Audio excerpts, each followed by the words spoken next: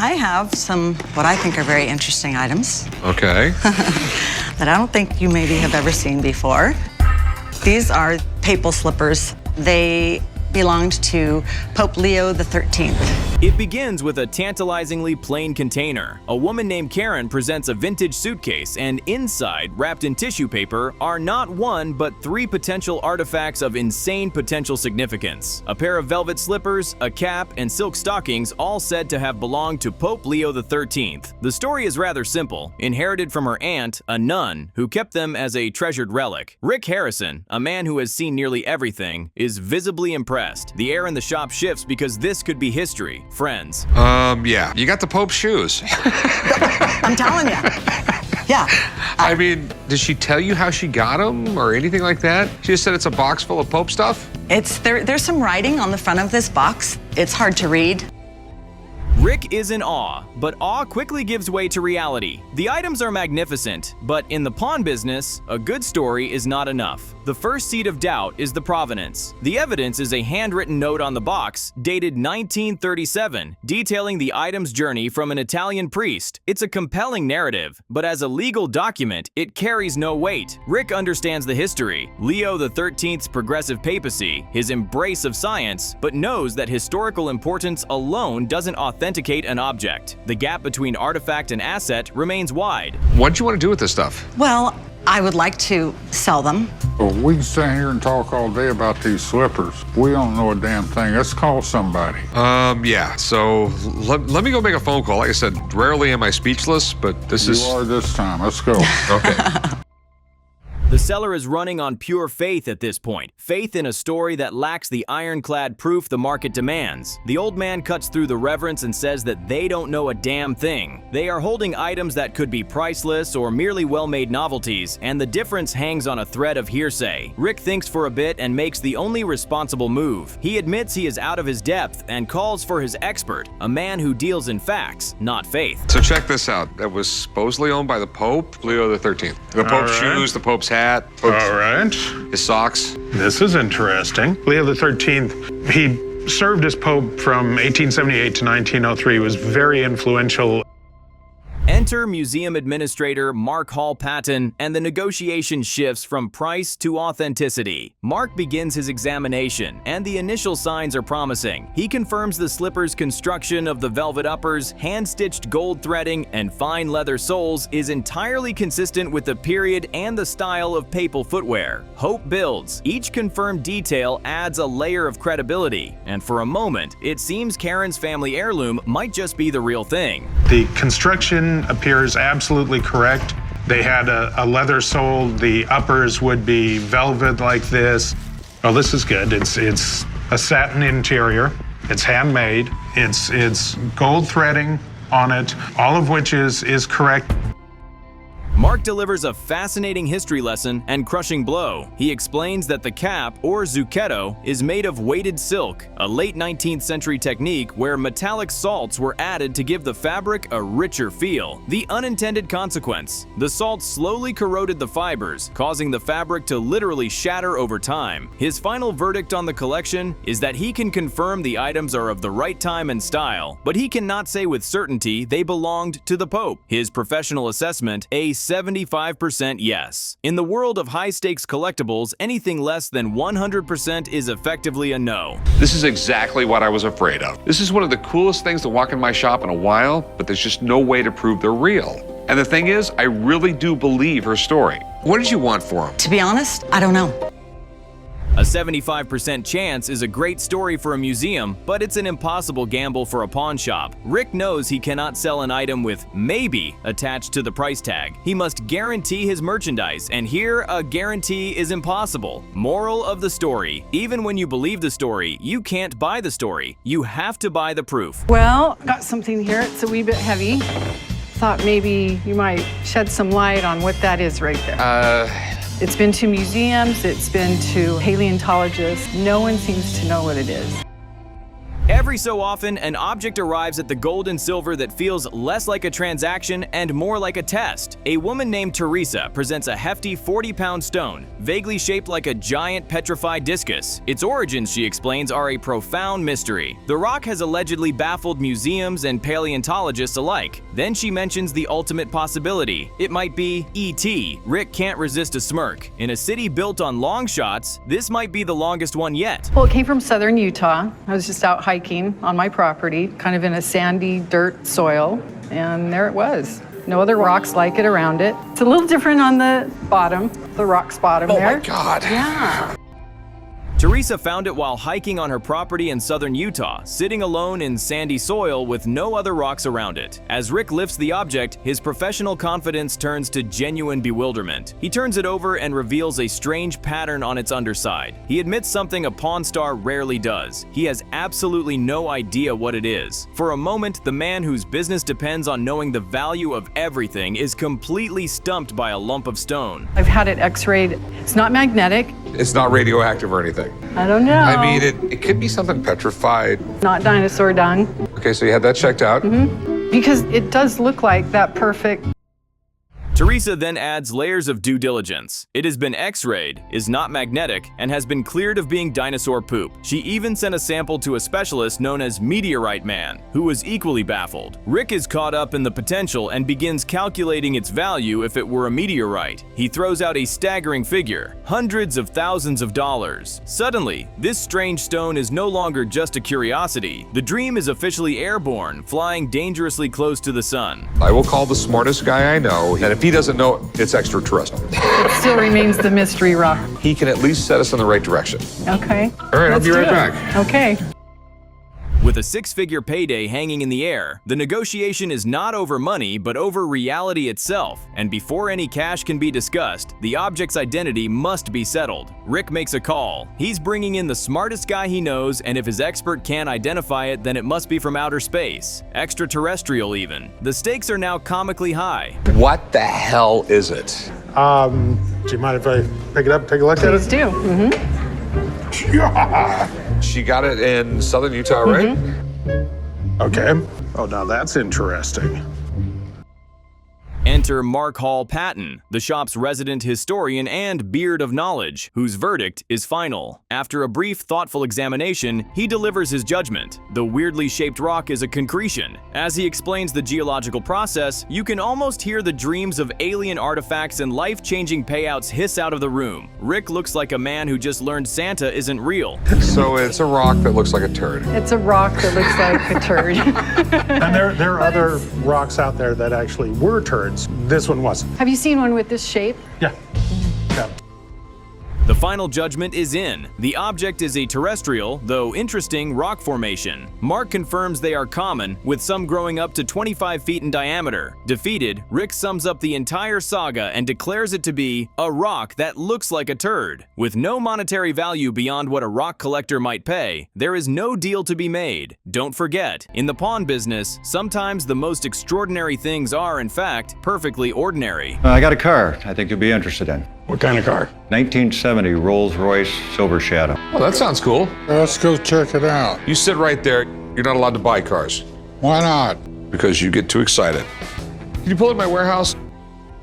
A gentleman walks in with an intriguing proposition, a 1970 Rolls Royce Silver Shadow. Rick's ears perk up at the mere mention of the name Rolls Royce, which is practically the synonym for luxury on wheels. Rick and the old man are absolutely giddy with excitement. One half expects them to begin doing handstands from sheer joy. The old man is sitting at the computer, gets the order to stay right there, and is banned from buying anything else. Oh, the anticipation. You know, when you see a Rolls Royce, you know it's a Rolls Royce. This is cool. It's a beautiful car. Yes, it is. Gentlemen, I'd like you to meet W.S. Holland. How's it going? Good to see you. How you doing? I brought W.S. here for the provenance for this car. What provenance? This car was purchased by ABC Television as a gift. The Rolls Royce reveals itself, shining like a vintage movie star, and the seller introduces a man named W.S. Holland, Johnny Cash's drummer, brought for his provenance. The car was presented to Cash by ABC Television to celebrate the success of his show in 1969, and W.S. Holland is there to confirm it. Figure you're looking for. $350,000. Ooh. You could buy a new one for that. But it wouldn't be Johnny Cash's car. I happen to believe that I've got the premier collectible of Johnny Cash in the world. Let me call up a buddy of mine. The seller asks for $350,000. Cue the dramatic music and a close-up as the excitement fades from Rick's face. He complains that that's the price for a new car, pointing out the obvious elephant in the room. The seller, unfazed, insists that IT wouldn't be Johnny Cash's car. Is it about the car or the legend? Perhaps the legend is worth it, though. Steve, this is Steve. Good to meet you, Steve. I'm Steve, too. W.S. Holland, good to see you. Nice to meet you, sir. And there's no one I trust more when it comes to classic cars than my buddy Steve. This is it. Wow, Johnny Cash's Rolls Royce, huh? Doesn't get much cooler than that. Yeah, this is nice. To temper the storm, Rick brings in his buddy Steve, a classic car expert. Steven's initial reaction is all fireworks and enthusiasm. At this point, they drive it out to assess its value, and Rick absolutely enjoys it. All of them get swept away by the luxury in the Rolls, and it seems as though Rick's final decision is only minutes away. Of course, Johnny Cash owned this car, so, we're talking about kind of a big push there in the hype, but I don't know if you know about this. Last year, another 1970 Rolls Royce, owned by Johnny Cash, went through auction.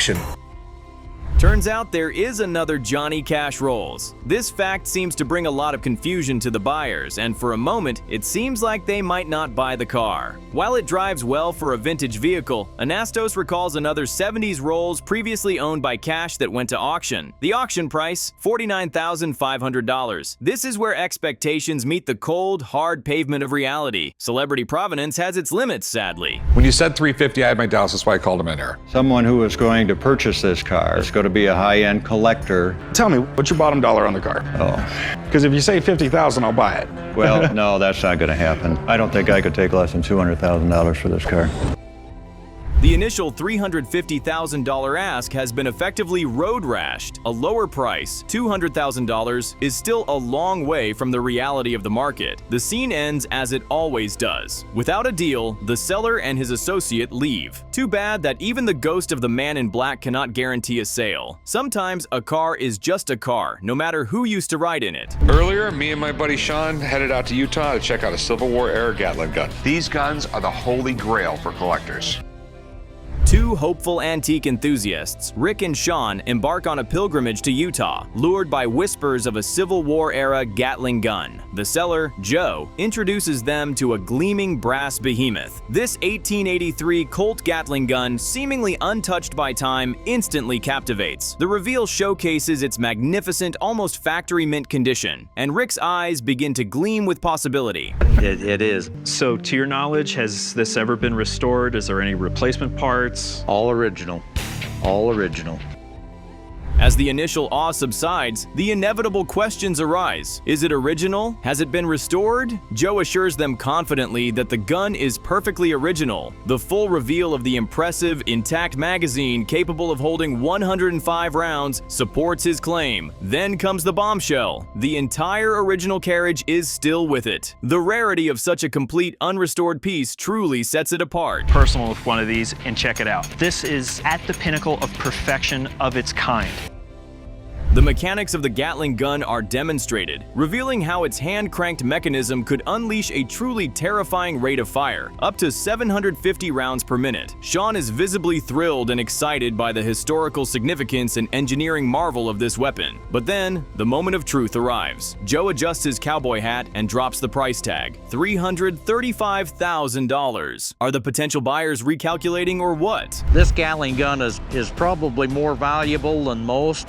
A lot of people would say, well, Joe justifies his eye-watering price, noting a similar and less perfect Gatling gun recently fetched a high sum at a Texas auction. He firmly states that this isn't a gun for the regular person in the economy. Yet, despite the hefty sum, the hopeful buyers remain undeterred. The ultimate leverage? The chance to actually fire this historical marvel. The shift from admiration to the thrill of potential ownership is clear, as both men eagerly volunteer for the chance to test its destructive power. My industry, the Gatling gun is the king.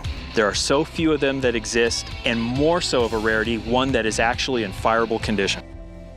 Sean reiterates that in his industry, the Gatling gun is the king, a true rarity, especially one in firing condition. With targets set at 100 yards, the sheer power of the Gatling gun is unleashed. The visual evidence of its destructive force is astounding, confirming the weapon's legendary reputation. The experience is absolutely exhilarating, leaving both men grinning. The Gatling gun has got to be $335,000. Are you open to offers on that, or are you just not going to budge?